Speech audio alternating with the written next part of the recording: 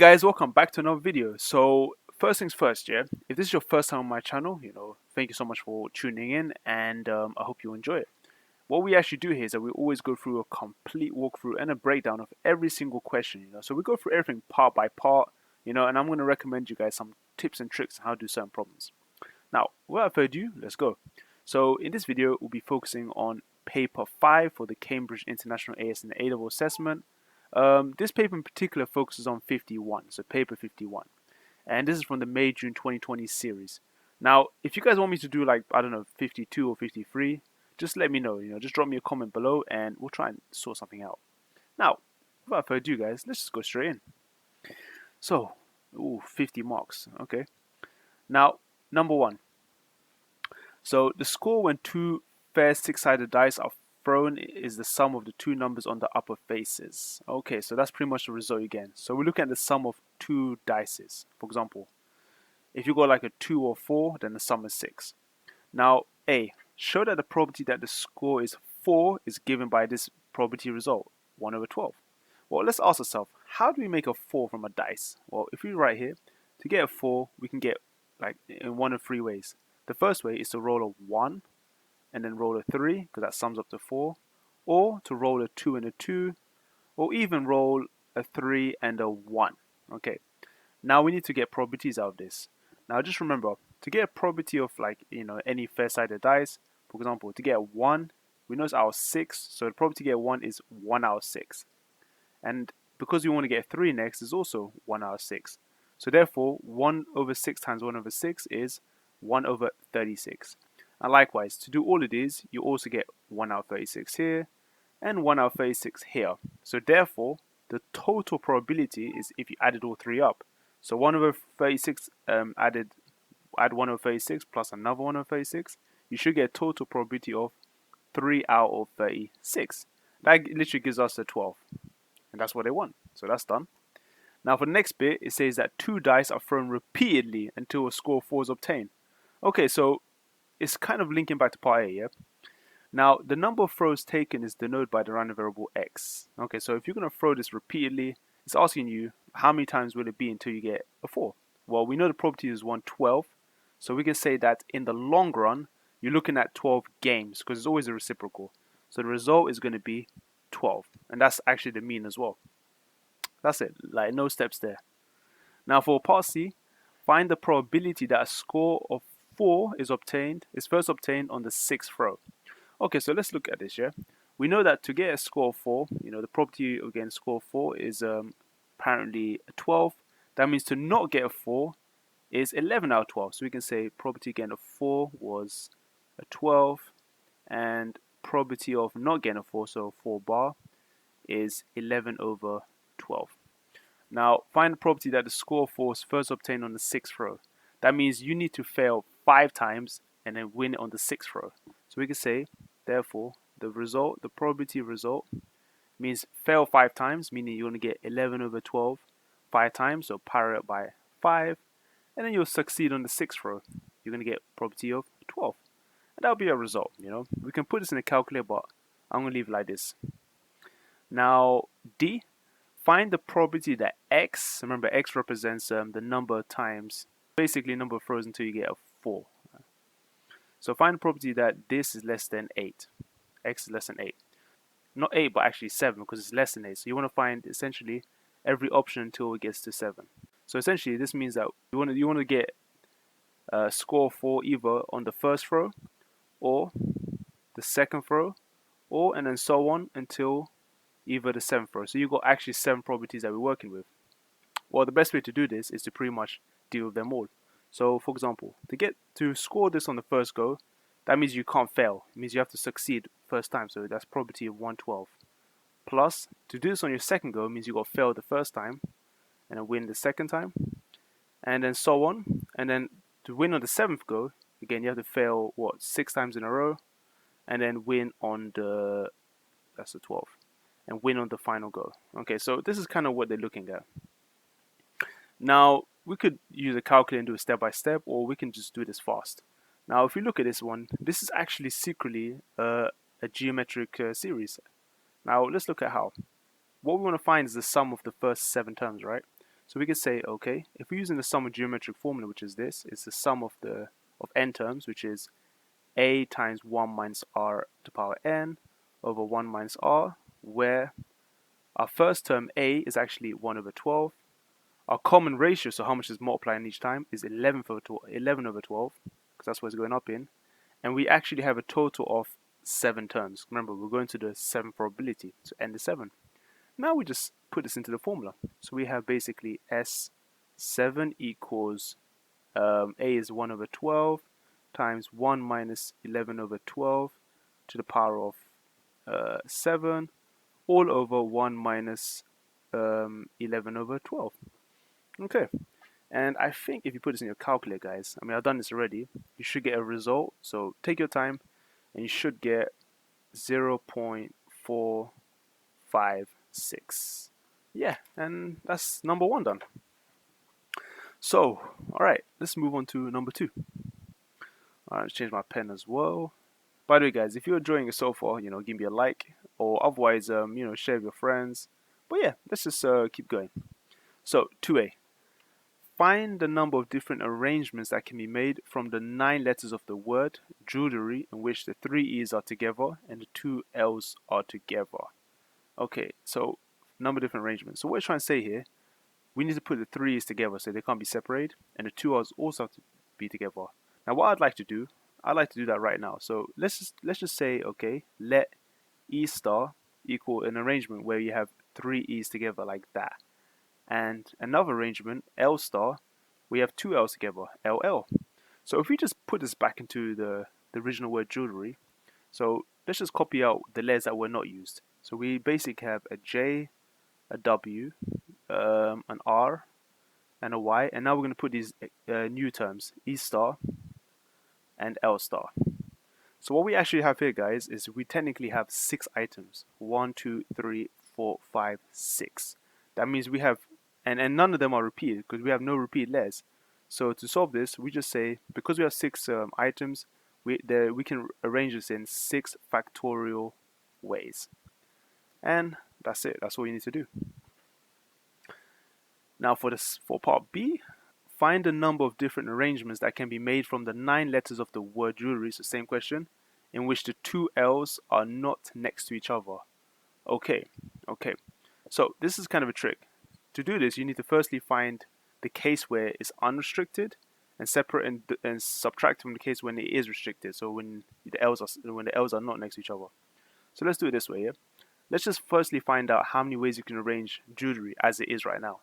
Well, the best way to do it, so we can say number of arrangements.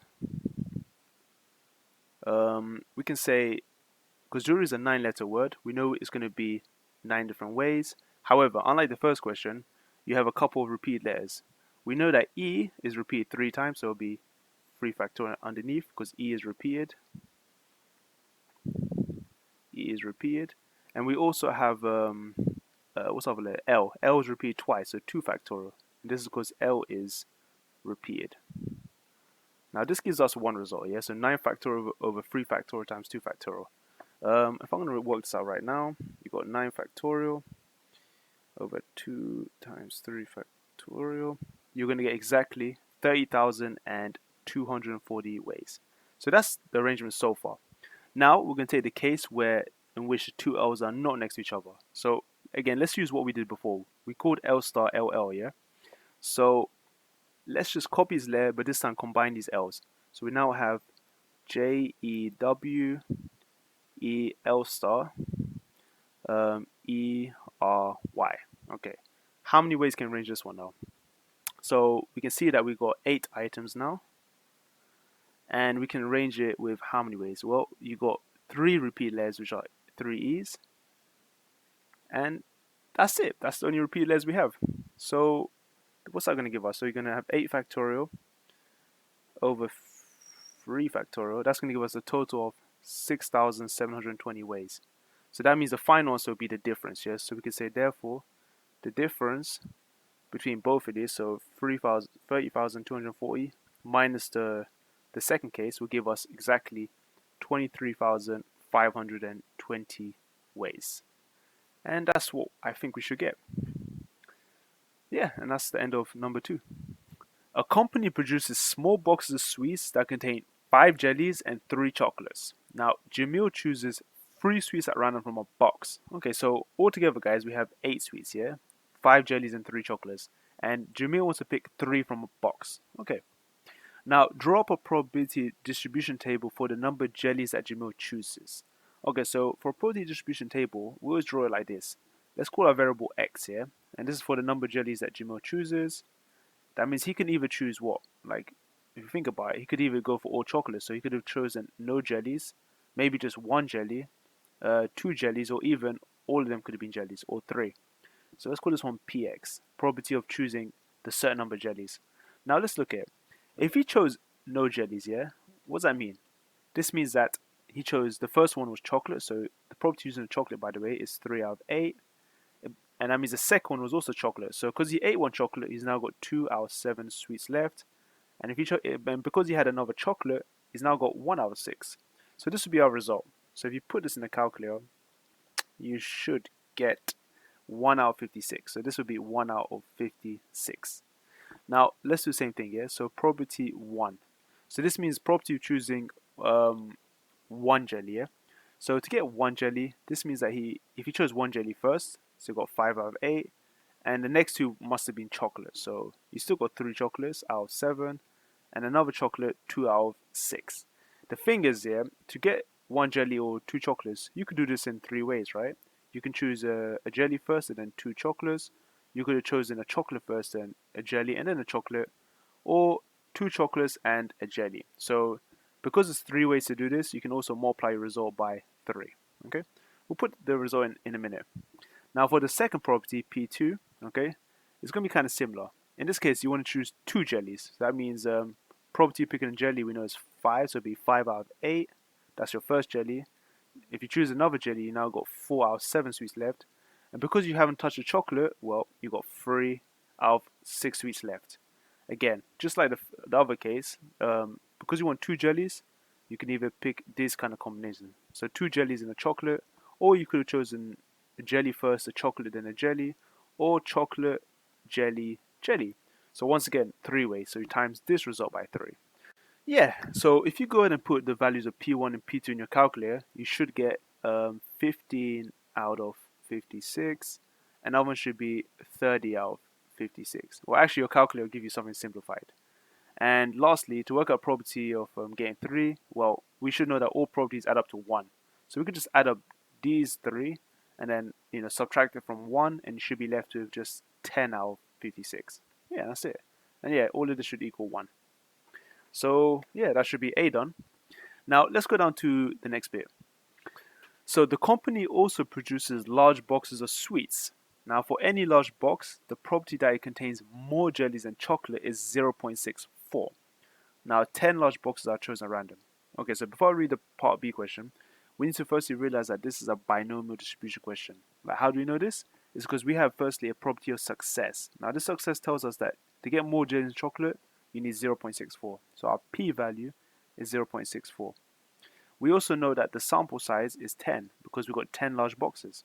So we can say immediately that this company, so let's call this one x, which is distributed by binomial, and n is 10, and p is 0.64.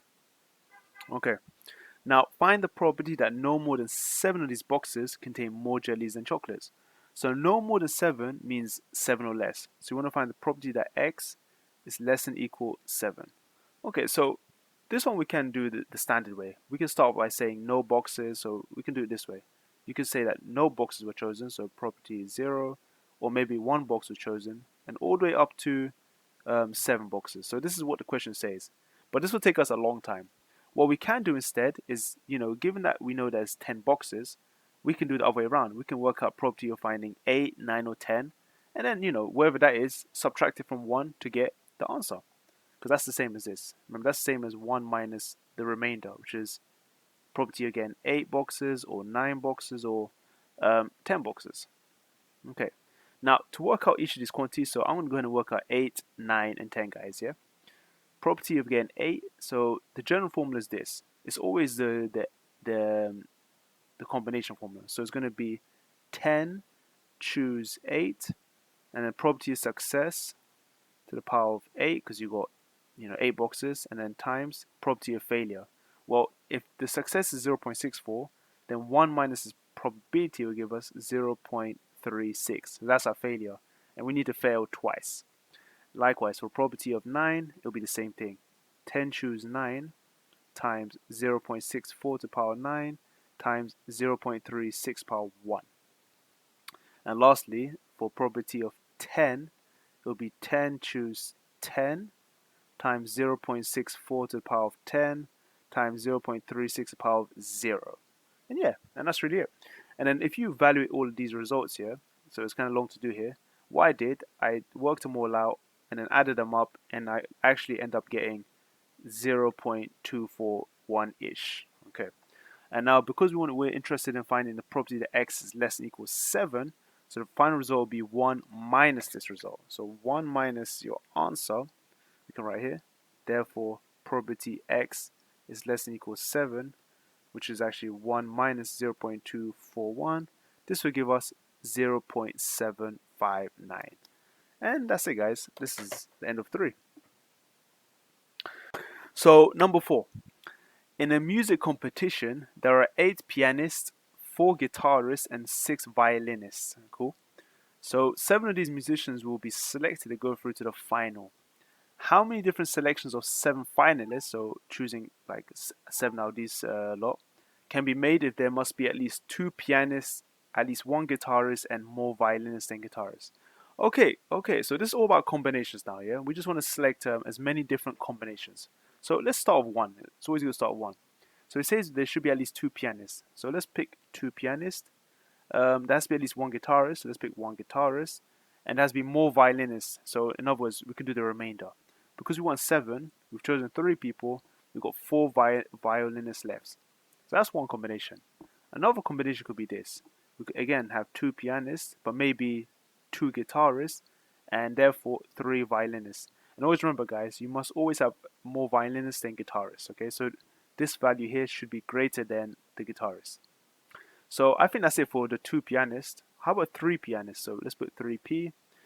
We can try 1 guitarist first, and that gives us 4 in total, meaning you can put 3 violinists. If we try 3p again, let's just see if it works. You're going to have 2g, and that means 5 and 2 violinists. But guys, in this case we can't, because you have to have at least more violinists than pianists, so we have to exclude this one here. Put red again. And yeah, so that's 3. So far we've got 3 different sets. How about if you have 4 pianists now? If you had 4 pianists, you can have 1 guitarist, so that's 5 people, and therefore 2 violinists. And I think that's it, because if you did any more, then, well, it just wouldn't work. So altogether we have 4. Now, to solve this one, it says how many different selections of 7 finalists can be made. So because we're using combination, we can do it like that. We can say from the first set, you had 8 pianists. You just want to choose 2 of them. Whereas you have 4 guitarists, you want to choose 1 of them. And you have 6 violinists, you want to choose 4 of them. So that's what we're going to do. We're basically going to repeat this for every question, yeah? For the second case, you've got 8 pianists, choose 2. You have 4 guitarists, choose 2. And lastly, 6 violinists, choose 3. So doing it for each one, again, 8 choose 3, 4 choose 1, 6 choose 3, and this one would be 8 choose 4, 4 choose 1, and 6 choose 2. Yeah. And that's it. That literally covers the question. All you do now is literally evaluate each of these ones. I've done it before, so I'm just going to just leave it there for a second. But ultimately, when you add them all up, the total combination or total different ways should be equal to 13,720. So that's how many ways. Yeah, and that's 4 done. Cool. I always find this a waste. I don't know why they do blank pages for, really. So on Mondays, Ronnie cooks her evening meal. She has a pizza, a burger, or a curry with probabilities 0.35, 0.44, or 0.21. Okay, so let's assume that all of this, I'm going to assume that they all add up to 1. When she cooks a pizza, Ronnie has some fruit with probability 0.3. Okay, so that's one part. When she cooks a burger, she has some fruit with probability 0.8. However, guys, when she cooks curry, she doesn't seem to have any fruit. Okay, cool. Neither do I. That's actually true for me as well. Draw a fully labeled tree diagram to represent its information. Okay, so to draw it nicely, let's just start with what she did in the beginning, which is either having pizza, burger, or curry. So this is a three-way tree. So in the beginning, she either had a pizza, burger, or curry. So let's just write pizza, burger, curry. We know the properties were 0.35, 0.44, and 0.21. Okay, so that's 35. Now we know that from the pizza, she also has some fruit. So this question is whether she has fruit or not. So fruit or no fruit, yeah? Fruit, no fruit. So with fruit, she had the property was 0.3, meaning no fruit was 0.7. It's the remainder. On the burger side, for fruit and no fruit, burger was 0.8, fruit was 0.8, so 0.2 for no fruit. Whereas for curry, she had no fruit, so probability is 0 for fruit, meaning probability she had no fruit was 1. Okay, and that should be it. Okay, so B, find the property that Ronnie has some fruit. Okay, so for her to have some fruit, it must mean that she must have had a pizza then a fruit, or a burger and a fruit. So you just follow the tree. So we can say that for property of having some fruit, she basically had pizza first. She could have had pizza and a fruit. So that's 0.35 times 0.3. So that's one option. Or you can add. So every time you chain things up, you multiply. If you go to the next part of the tree, you add. So that's first tree. The second tree would be 0.44 times 0.08. However, we can't do the last leg because it would be 0.21 times 0, which is what? 0. And resolving this probability, you should get 0.457. Yeah, so just under a half chance. Now, next part. Find the probability that Rani does not have a burger given that she does not have any fruit. Okay, so with given that questions, all that's asking you is that we need to write something out of an area that she does not have any fruit.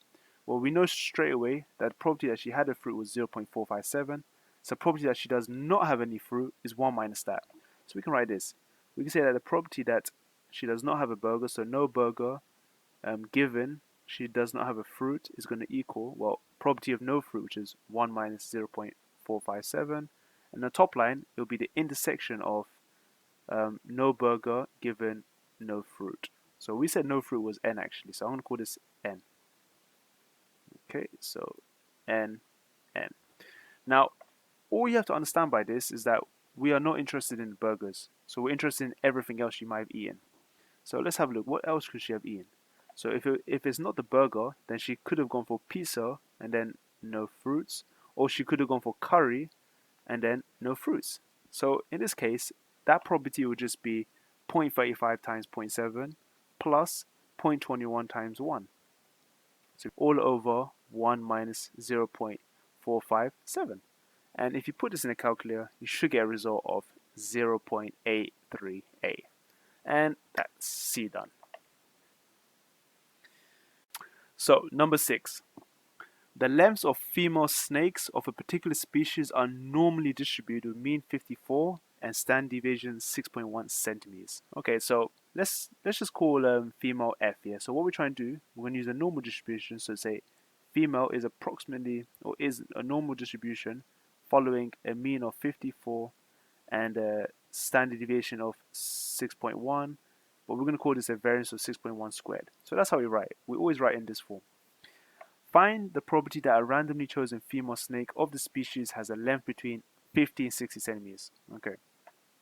I like to draw this visually because it always helps. So if we had like a standard normal bell curve, we're going to just draw a symmetrical bell curve if we can, like that. And we can say that the mean was 54, so in the center. And we're interested in finding somewhere between 50 and 60. So let's draw a line 50 here and 60 here. So the area we want is this. That's what we want. Now, an easy way to do this is to literally just find the area when it's less than 50 and area when it's less than 60 and then 1 minus it, because we know the total area of all these regions is 1. So let's do it like that, yeah? Let's firstly find the probability that the number of female snakes is less than 50 centimeters. So, and to convert this nicely, we need to convert it to the standard Z form. Z is basically the standard normal distribution table, so the one you can use inside your formula sheet.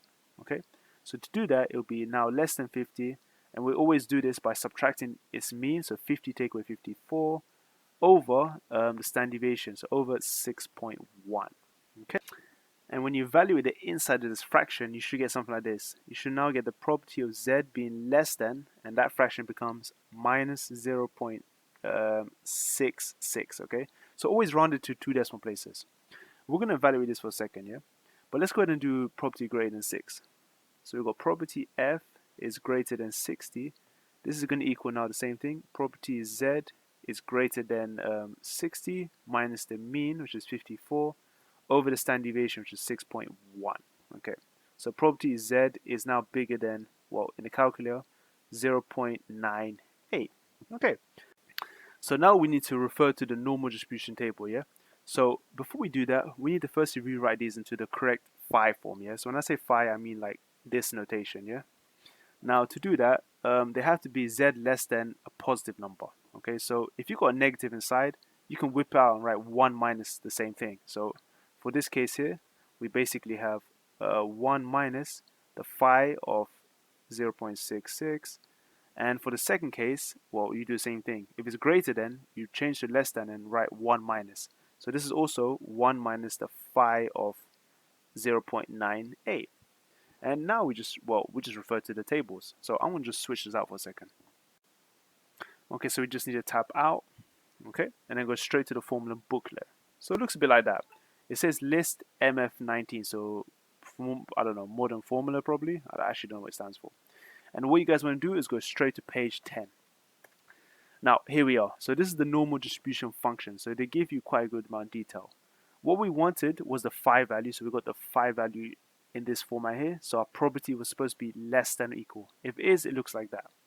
Now, all you guys want to do is just spec out a certain value. So going back to what we did, we want to find out what 0.66 is equivalent to.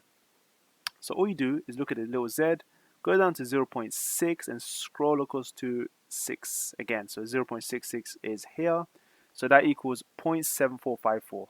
So this is now 1 minus 0.7454. And then do the same for 0.98. Scroll down to 0.9 and hit 0.8. So we're looking at this value here. So this is 0.8365. So 1 minus 0.8365. Okay. Now we can just go back in again. So let's evaluate both these properties, yeah? So for the first one, you got 1 minus 0.7454. This should give us exactly 0.2546. For the second one, 1 minus 0.8365. In the calculator, I got 0.1635. Okay. And because you want to find the area between here, so what we could do is just add up those two smaller probabilities. So let's add them up to each other. And you should get exactly, well, if you add up both of these, you should get 0.4181. We can now find the area in the middle, which is just 1 minus that result. So 1 minus this result, you should get an exact area in between of 0.5819. And that's it. That's what they want. Now, for the next part, it says that the lengths of male snakes of this species also have a normal distribution. A scientist measures the lengths of a random sample of 200 male snakes of the species. Okay, so let's just say let the male snakes M be normally distributed with a mean of, I don't know, and a variance or standard deviation of sigma squared.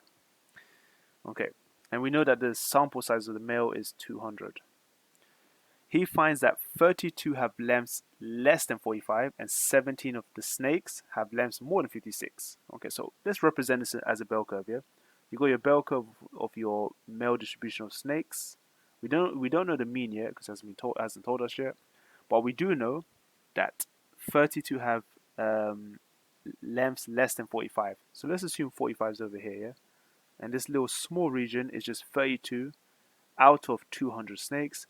Whereas on the right side, 17 have lengths more than 56 centimeters. So if they're 56 centimeters long, we know that only accounts for about 17 out of 200 snakes. So these are actual straight up probabilities. find the estimates for the mean and standard deviation of the lengths of male snakes of the species. Okay, so this is kind of similar to what we did over here. You gotta find the left and the right side of the probabilities.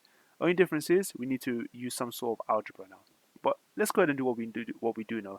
Let's rewrite everything as a normal probability. So we can say that the probability that m is less than 45 is equivalent to the z form, which is z less than 45 minus the mean over the sigma, and that's supposed to apparently equal 32 out of 200. Just to make that probability more like as a decimal, if you put in a decimal, this is the same as 0.16. Okay. Whereas for the second case, probability m is greater than 56.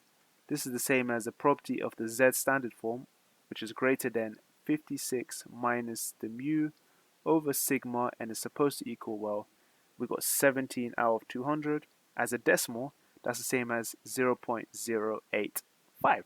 Now, to work out the values of mu and sigma, we need to use the normal tables. But the problem is, when we look at the tables, the results are always between 0.5 and 1.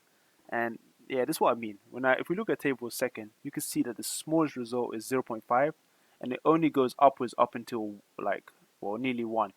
So it doesn't have numbers smaller than 0.5, which is a problem because our probabilities here are less than.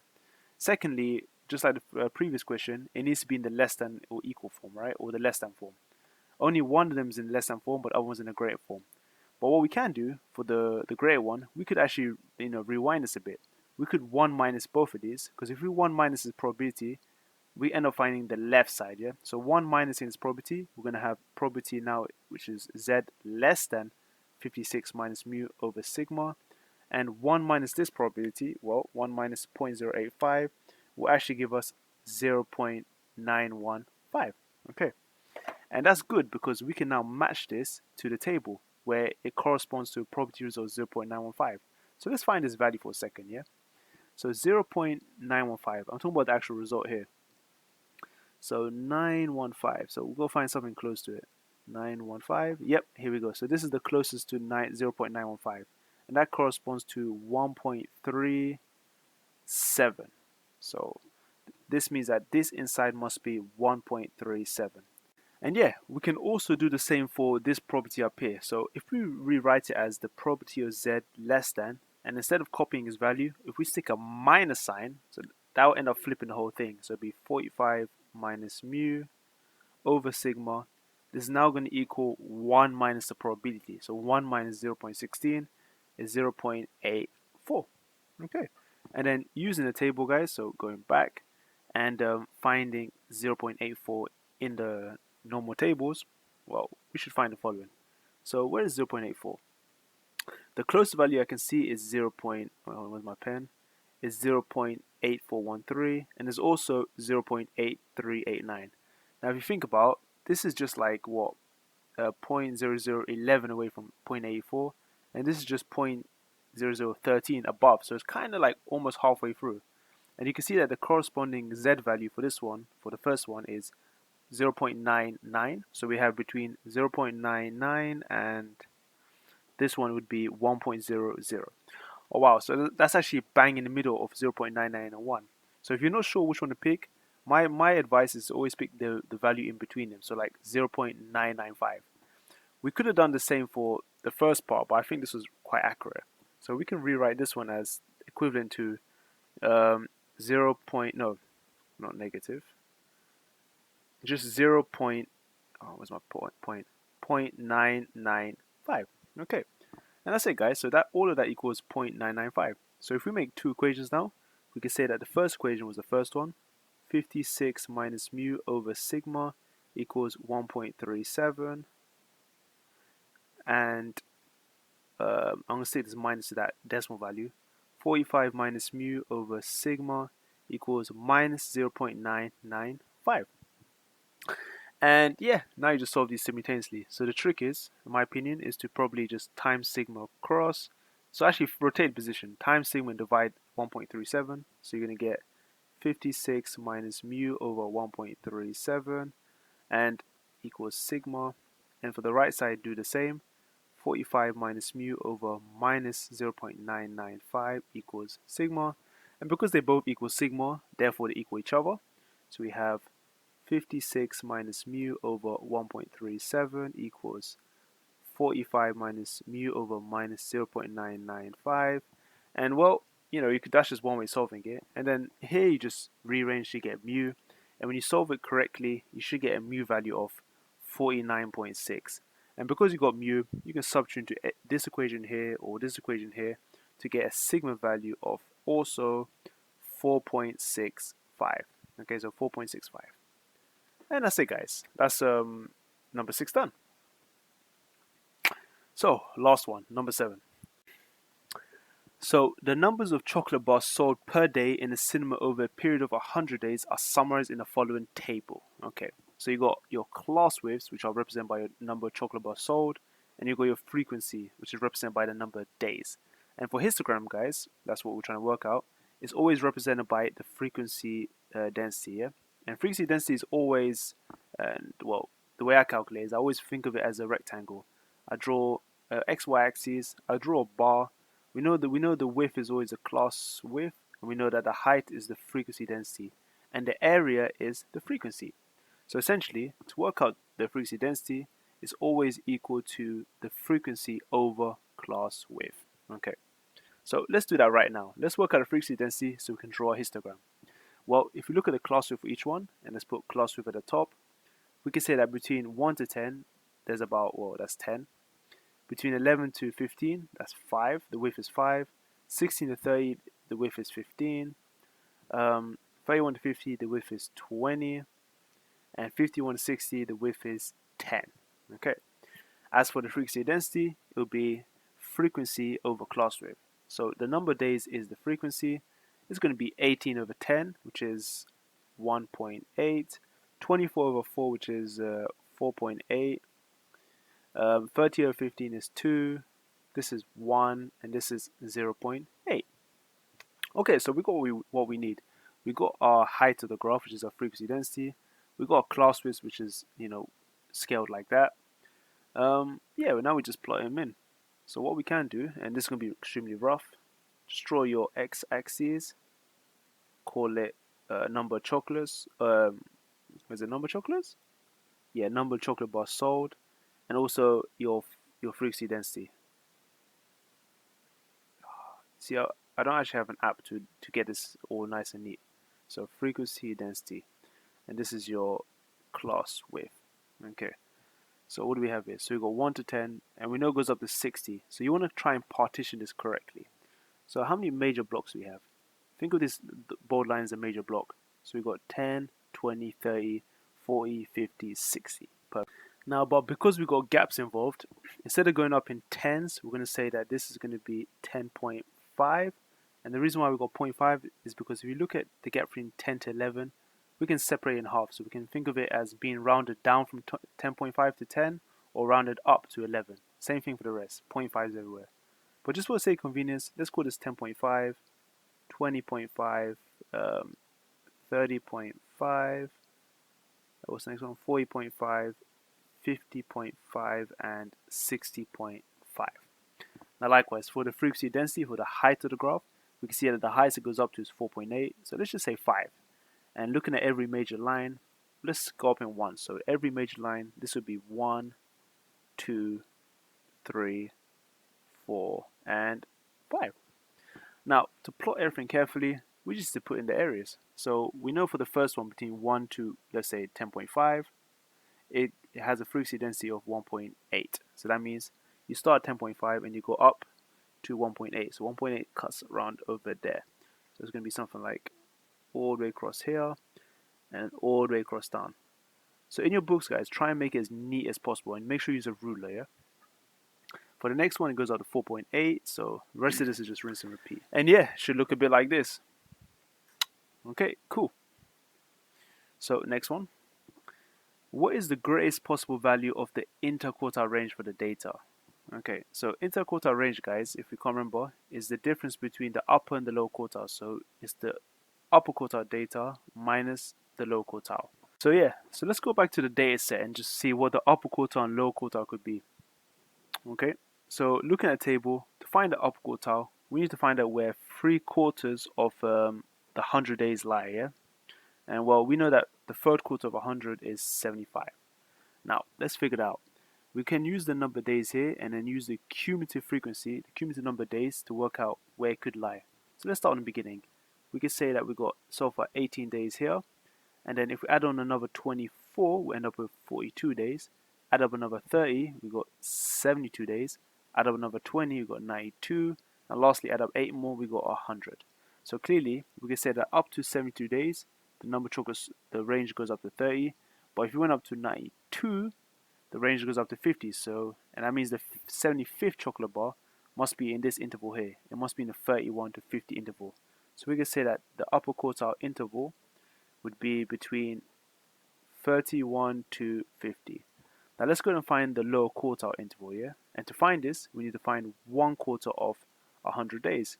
And we know that's equal to 25, okay? But sorry if my handwriting is looking kind of funny. Yeah, I'm actually doing this paper all in one go, so that's probably why. Now, to find the low quartile interval for the 25th day, again, look at the cumulative frequency. So for the first 18 days it's covered, but that means up to 42 days it must be here, because this covers somewhere between the 19 and 42. So our interval is actually 11 to 15. Yeah. Now the question wanted us to know what is the greatest range, I think. So that what it was. It said calculate, what is the greatest possible value of the interquartile range for the data? Well, the greatest possible value would be the highest it could be, which is 50, and the lowest it could be in is 11. So the range would have to be 50 minus 11, which is 39. So that's our answer, guys. So our answer for this question would equal 39. And that's it. So I should actually write interquartile. Yeah, that's it. Now for part C, and this is hopefully the final part. Yes, it is. So calculate estimates of the mean and standard deviation of the number of chocolate bars sold. Okay, so to work out the mean and standard deviation for anything, well, the mean itself is always the sum of the frequency times x, which is the midpoint of the class width, over the sample size n. Whereas the standard deviation can be found from the variance. So let's work out the variance first, yeah?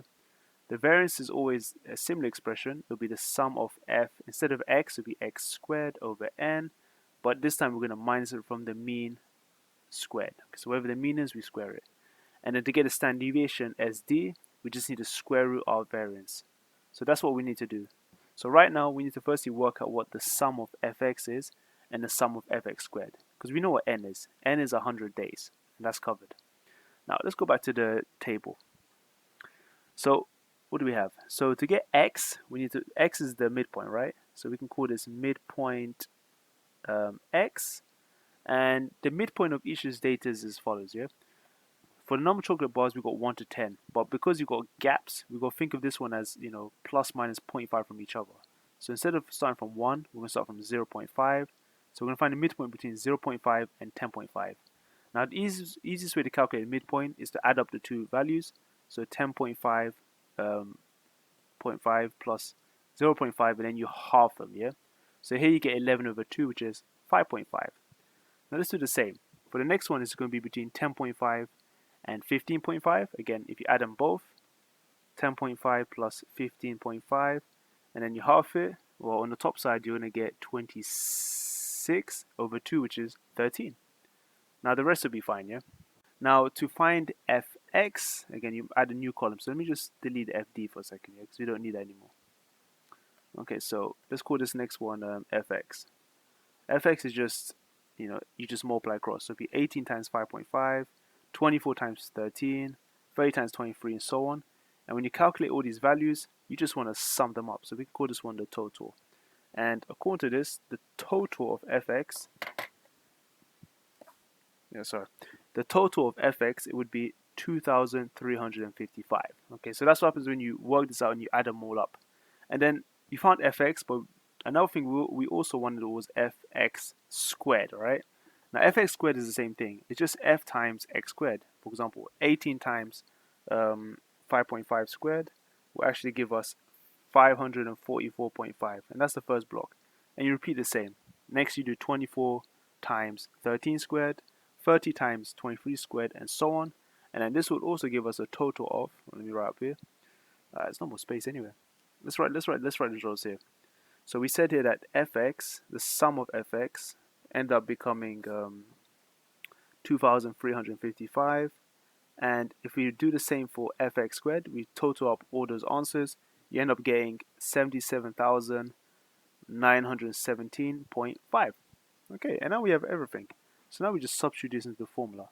So we can say for the mean, it's going to equal 2355 over 100, and that's approximately 23.6 to 3 significant figures. And then for the variance, same thing, yeah. So it'd be the sum of fx squared over n, so 77917.5 over 100, subtract the mean squares. I'm going to use the original value here, 2,355 over 100, all of that squared, yeah. And in your calculator, you could just write minus answer squared, and that'll get you the result. And this should give us approximately 224.6. And if you square root your answer again, so SD, you just square root your answer in your calculator, you should get a result of roughly 3 significant figures, 15.0. And that's it, guys. This is it. This is it for the paper.